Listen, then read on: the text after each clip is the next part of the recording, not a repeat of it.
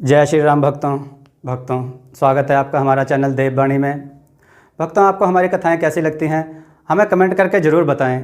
भक्तों, हमारी कथाओं को लाइक अधिक से अधिक करें, इन्हें शेयर करें और हमारे चैनल को अधिक से अधिक सब्सक्राइब करें।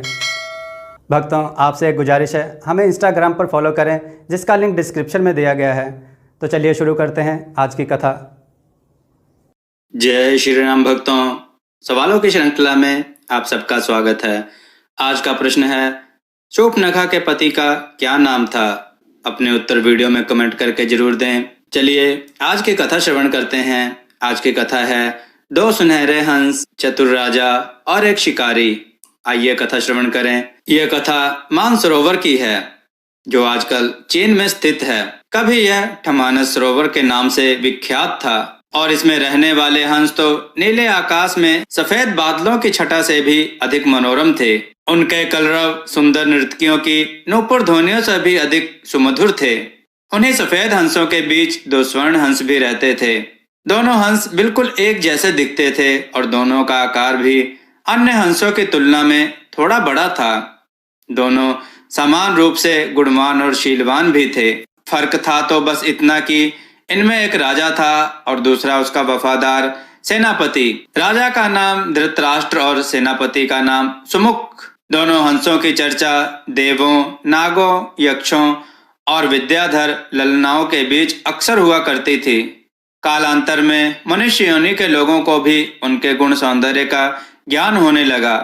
वाराणसी नरेश ने जब उनके विषय में सुना तो उसके मन में उन हंसों को पाने की प्रबल इच्छा जागृत हुई। तत्काल उसने अपने राज्य में मानस सदृश एक मनोरम सरोवर का निर्माण करवाया, जिसमें हर प्रकार के आकर्षक जलीय पौधे और विभिन्न प्रकार के कमल जैसे पद्म, उत्पल, मुकुंद, पुंडरीक, सौगंधिक, तमरस और कहलर विकसित करवाए। मत्स्य और जलीय पक्षियों की भी सुंदर प्रजातियां भी वहां बसाई गई। साथ ही राजा ने वहां बसने वाले सभी पक्षियों की सुरक्षा की भी घोषणा करवाई, जिससे दूर दूर से आने वाले पक्षी स्वच्छंद भाव से वहां विचरण कर सकें। एक बार वर्षा काल के बाद जब हेमंत ऋतु प्रारंभ हुआ और आसमान का रंग बिल्कुल नीला होने लगा, तब मानस के दोनों हंस वाराणसी के ऊपर से उड़ते हुए जा रहे थे। तभी उनकी दृष्टि राजा द्वारा निर्मित सरोवर पर पड़ी। सरोवर की सुंदरता और उसमें तैरते रमणीक पक्षियों की स्वच्छंदता उन्हें सहज ही आकर्षित कर गई। तत्काल वे नीचे उतर आए और महीनों तक वहां की सुरक्षा, सुंदरता और स्वच्छंदता का आनंद लेते रहे। अतः वर्षा ऋतु के प्रारंभ होने से पूर्व वे फिर मानस को प्रस्थान कर गए। मानस पहुंचकर उन्होंने अपने साथियों के बीच वाराणसी के कृत्रिम सरोवर की इतनी प्रशंसा की कि सारे के सारे हंस वर्षा के बाद वाराणसी जाने को तत्पर हो उठे। हंसों के राजा युधिष्ठिर और उसके सेनापति सुमुख ने भी अन्य हंसों की इस योजना को समुचित नहीं माना। युधिष्ठिर ने उनके प्रस्ताव का अनुमोदन न करते हुए यह कहा कि पंछी और जानवरों की एक प्रवृत्ति होती है, वे अपनी संवेदनाओं को अपनी चीखों से प्रकट करते हैं, किंतु जंतु जो कहलाता है मानव बड़ी चतुराई से करता है। अपनी भंगिमाओं का प्रस्तुत जो करता है उनके भावों के ठीक विपरीत। फिर भी कुछ दिनों के बाद हंसराज को हंसों के जिद के आगे झुकना पड़ा और वर्षा ऋतु के बाद मानस के समस्त हंसों के साथ वाराणसी को प्रस्थान कर गया। जब मानस के हंसों का आगमन वाराणसी के सरोवर में हुआ और राजा को इसकी सूचना मिली, तो उसने अपने एक निषाद को उन दो विशिष्ट हंसों को पकड़ने के लिए नियुक्त किया। एक दिन युधिष्ठिर जब सरोवर के तट पर स्वच्छंद भ्रमण कर रहा था, तभी उसके पैर निषाद द्वारा बिछाए गए जाल पर पड़े। अपने पकड़े जाने की चिंता छोड़ उसने अपनी तीव्र चीखों से अपने साथी हंसों को तत्काल वहां से प्रस्थान करने को कहा, जिससे मानस के सारे हंस वहां से क्षण मात्र में अंतर्ध्यान हो गए। रह गया तो केवल उसका एकमात्र वफादार हमशक्ल सेनापति सुमुख।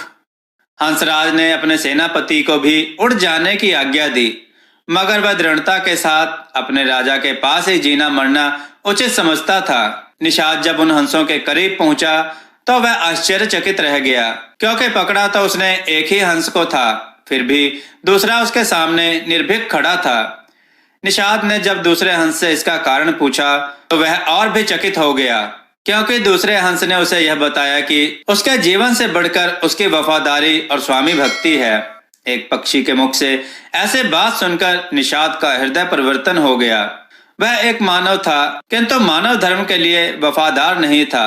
उसने हिंसा का मार्ग अपनाया था और जीव जंतुओं का शिकार से अपना जीवन निर्वाह करता था। शीघ्र ही उस निषाद ने अपने जागृत मानवता के प्रभाव में आकर दोनों ही हंसों को मुक्त कर दिया।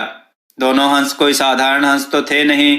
उन्होंने अपनी दूरदृष्टि से यह जान लिया था कि वह निषाद निस्संदेह राजा के कोप का भागी बनेगा।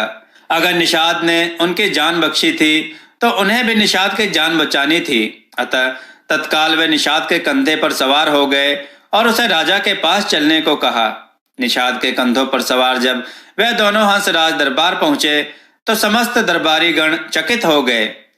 जिन हंसों को पकड़ने के लिए राजा ने इतना प्रयत्न किया था वे स्वयं ही उसके पास आ गए। विस्मित राजा ने जब उनकी कहानी सुनी तो उसने तत्काल ही निषाद को राजदंड से मुक्त कर पुरस्कृत किया। उसने फिर उन ज्ञानी हंसों को आतिथ्य प्रदान किया तथा उनके उपदेशों को राज दरबार में सादर सुनता रहा। इस प्रकार कुछ दिनों तक राजा का आतिथ्य स्वीकार कर दोनों ही हंस पुनः मानसरोवर को वापस लौट गए। दोस्तों, हमने देववाणी ब्लॉग नाम का चैनल बनाया है जिसका लिंक डिस्क्रिप्शन में दिया गया है। आप उसे क्लिक करें और उसे भी सब्सक्राइब करें। वहां पर आपको अच्छी अच्छी चीजें देखने को मिलेंगी। भक्तों, आपको यह कथा कैसी लगी अपने विचार और सुझाव कमेंट में जरूर दें। हमारी कथाओं को लाइक करें, हमारे चैनल को सब्सक्राइब करना ना भूलें, हमारी कथाओं को शेयर जरूर करें जिससे लोगों को अच्छा ज्ञान प्राप्त हो। जय श्री राम। भक्तों, देववाणी की तरफ से आप सबका बहुत बहुत धन्यवाद कि आप सबने हमारे चैनल को बहुत सहयोग दिया और हमारी वीडियो को बहुत पसंद किया, जिस वजह से हमें यूट्यूब की तरफ से ज्वाइन बटन का ऑप्शन मिला, जहां पर आप हमें ज्वाइन बटन पर क्लिक करके हमें ज्वाइन करें, जिसके लिए आपको 29 रुपये या 59 रुपये का चार्ज देना पड़ेगा।